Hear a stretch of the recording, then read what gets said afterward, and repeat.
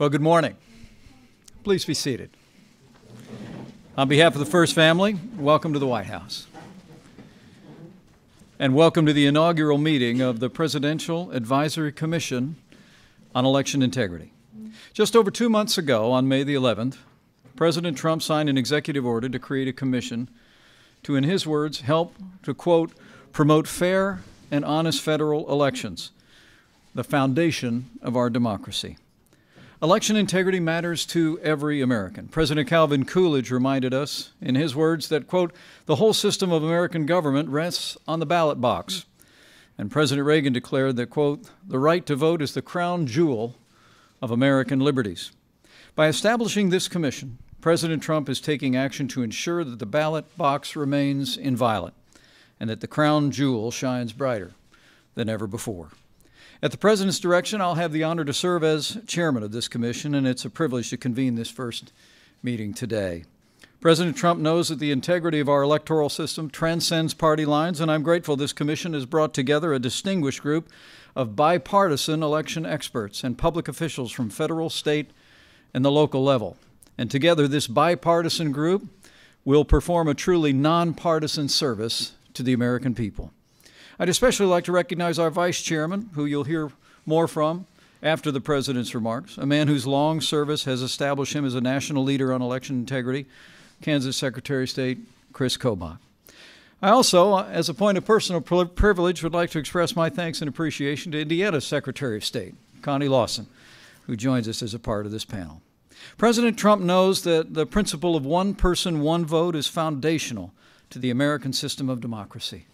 This commission has been charged to study the registration and voting processes used in federal elections. The commission will identify the laws, rules, policies, activities, strategies, and practices that will enhance the American people's confidence in the integrity of our electoral system.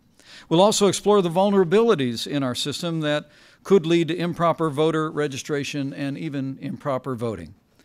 This commission, let me be clear, this commission has no preconceived notions or preordained results. We're fact finders, and in the days ahead, we will gather the relevant facts and data, and at the conclusion of our work, we will present the President with a report of our findings. I'm confident this commission will have a healthy and robust debate, but the President and I expect nothing less, because respectful debate is also a hallmark of our democracy, and I know that we'll find many areas of common ground as well. I'm pleased to report the Commission has already started its work requesting publicly available data, and we are grateful for the more than 30 states that have already indicated their intention to provide this information pursuant to the laws of their states. Today is just the first of several meetings that the Commission will hold in the coming months. Today we will hear from each of the Commission's members. Each of you brings a unique perspective based on your experience and your research, and we welcome your participation and your insights. I'd like to note that our commission includes 5 current and former Secretaries of State, and Secretary Kobach and I look forward to working with each one of you as the chief election officers from across America to foster a collaborative and respectful relationship for the benefit of your state's voters and our nation's electoral process. And finally, as the Commission on Election Integrity begins its work, I'd like to personally invite the American people to offer their public comments and input on our work and the challenges and opportunities that face our electoral system. We want to hear the voice of the American voter, because that's really what this is all about.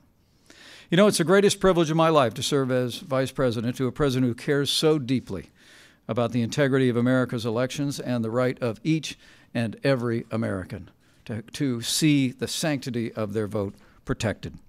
This President knows that the success of our democracy depends on the American people's confidence in this electoral system. And the President and I are both confident that this bipartisan commission will make the strongest democracy in the history of the world even stronger. And so, with gratitude for his commitment to fair and honest elections, it is my high honor and distinct privilege to introduce to all of you the 45th President of the United States of America, President Donald Trump.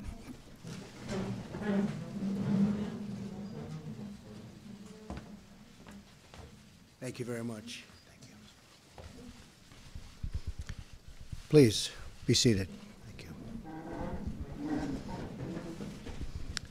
Mr. Vice President, distinguished guests and members of the media, I'm honored to welcome you here today as the bipartisan Presidential Advisory Commission on Election Integrity prepares to conduct its first official meeting. Very, very important. This commission is tasked with the sacred duty of upholding the integrity of the ballot box and the principle of one citizen, one vote. Every time voter fraud occurs, it cancels out the vote of a lawful citizen and undermines democracy. Can't let that happen. Any form of illegal or fraudulent voting, whether by non-citizens or the deceased, and any form of voter suppression or intimidation must be stopped. I'm pleased that more than 30 states have already agreed to share the information with the Commission, and the other states, that information will be forthcoming. If any state does not want to share this information, one has to wonder what they're worried about. And I asked the Vice President, I asked the Commission, what are they worried about? There's something. There always is. This issue is very important to me because throughout the campaign, and even after it, people would come up to me and express their concerns about voter inconsistencies and irregularities, which they saw, in some cases having to do with very large numbers of people in certain states. All public officials have a profound responsibility to protect the integrity of the vote. We have no choice. We want to make America great again. We have to protect the integrity of the vote and our voters. This is not a Democrat or a Republican issue. It's an American issue. It's about the concern of so many Americans that improper voting has taken place and canceling out the votes of lawful American citizens. That is why President Theodore Roosevelt once said, "It is the affair of every honest voter, wherever born, to see that no fraudulent voting is allowed anywhere." I want to thank Vice President Pence for chairing the commission. I also want to thank Kansas Secretary of State Chris Kobach for serving as vice chair. It's going to be a lot of work. They're going to work very hard over a fairly short period of time, and I want to thank you both very much, Chris, Mike.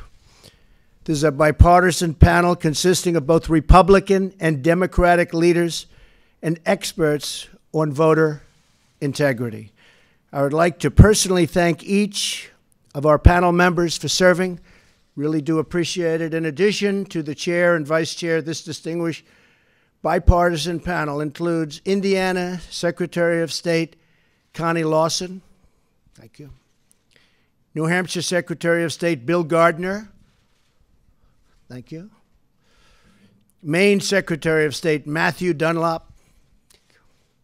Former Ohio Secretary of State Ken Blackwell.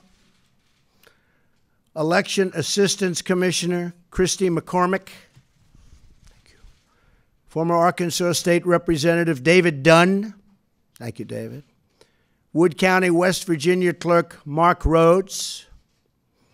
Heritage Foundation Senior Legal Fellow and Manager of the Election Law Reform Initiative, a real expert, Hans von Spakowski.